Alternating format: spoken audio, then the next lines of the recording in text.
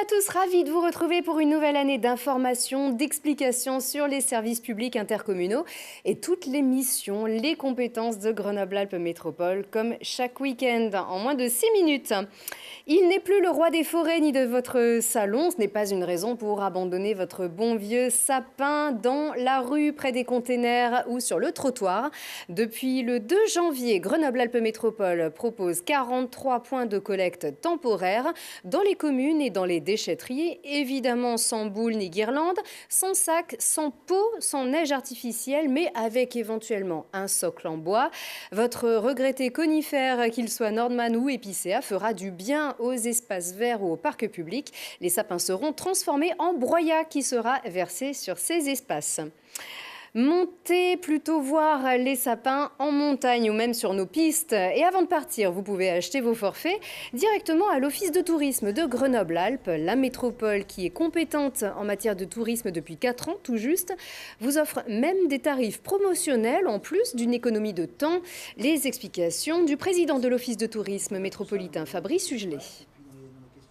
En réalité, c'est la 4e saison que nous vendons des forfaits de ski à l'Office de tourisme, ce qui facilite le parcours des clients. Évidemment, on comprend bien, acheter son forfait de ski ici à l'Office de tourisme de Grenoble-Alpes, c'est éviter les files d'attente en station et c'est sauter directement du véhicule, les skis aux pieds sur les pistes, donc c'est profiter encore plus de sa journée. Nous avons cette année noué un partenariat avec 11 stations sur les 4 massifs environnants de la métropole, la seule métropole de montagne qui mérite désormais véritablement son nom. L'offre est importante, il y a 80 forfaits différents avec autant d'offres commerciales en direction des jeunes, des débutants, des moins jeunes, des expérimentés, des seniors, des offres qui comprennent parfois aussi une place de parking privilégiée.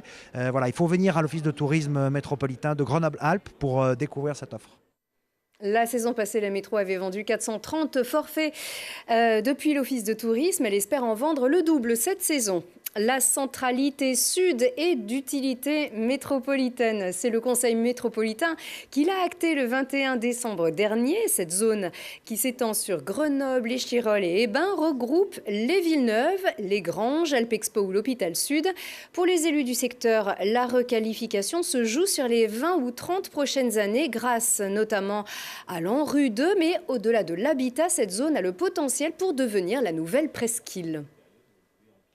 Amélioration du quotidien, changement de mode de vie de la société où le tout auto n'est plus de mise, mais où il y a un désir de vivre mieux et de manière plus paisible dans une surface assez intéressante.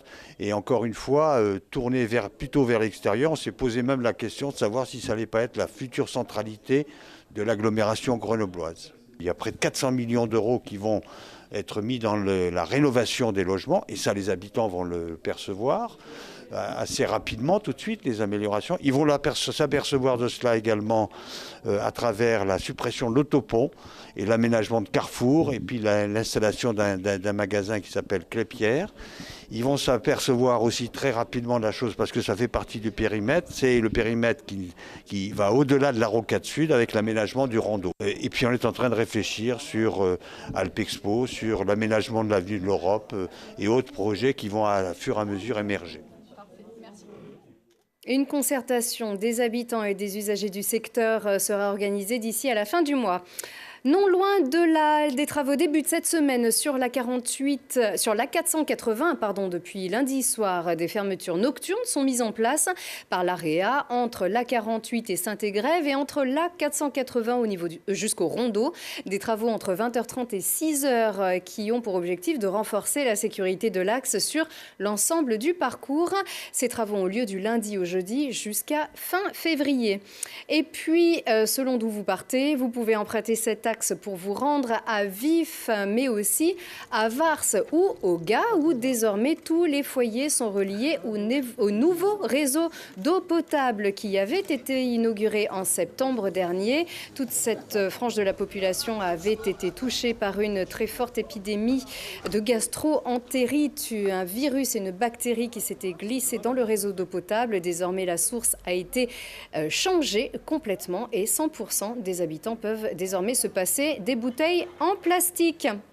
Et c'est la fin de ce Métropole Hebdo. Merci de nous avoir suivis. Très bon week-end.